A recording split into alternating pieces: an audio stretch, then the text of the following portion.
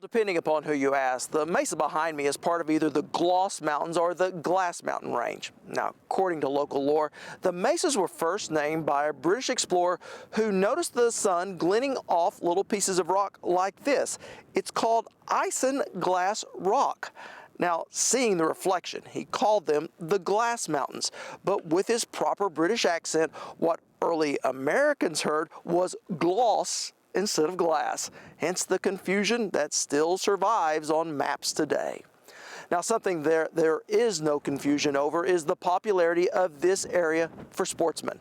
From wild turkeys to other game birds, northwestern Oklahoma offers a wide selection if you like to hunt. Here's our Lisa Hines.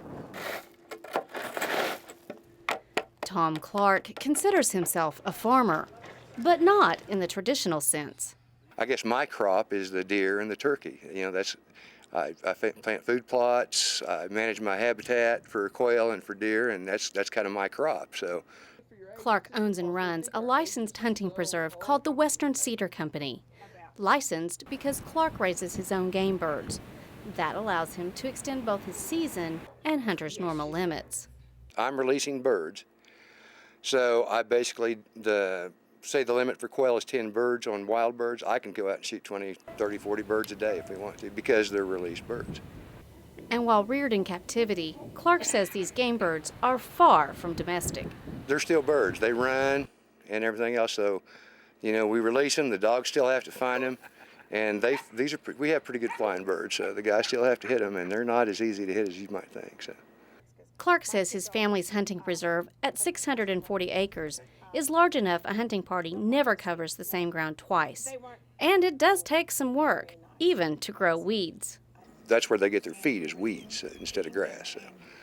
No, people laugh at me because, like I said, I'm trying to grow plum thickets, and I look out and I see a lot of ragweed. I said, man, it's beautiful out there, and somebody else sees all the ragweed, and I said, damn, I need to spray this, you know. So.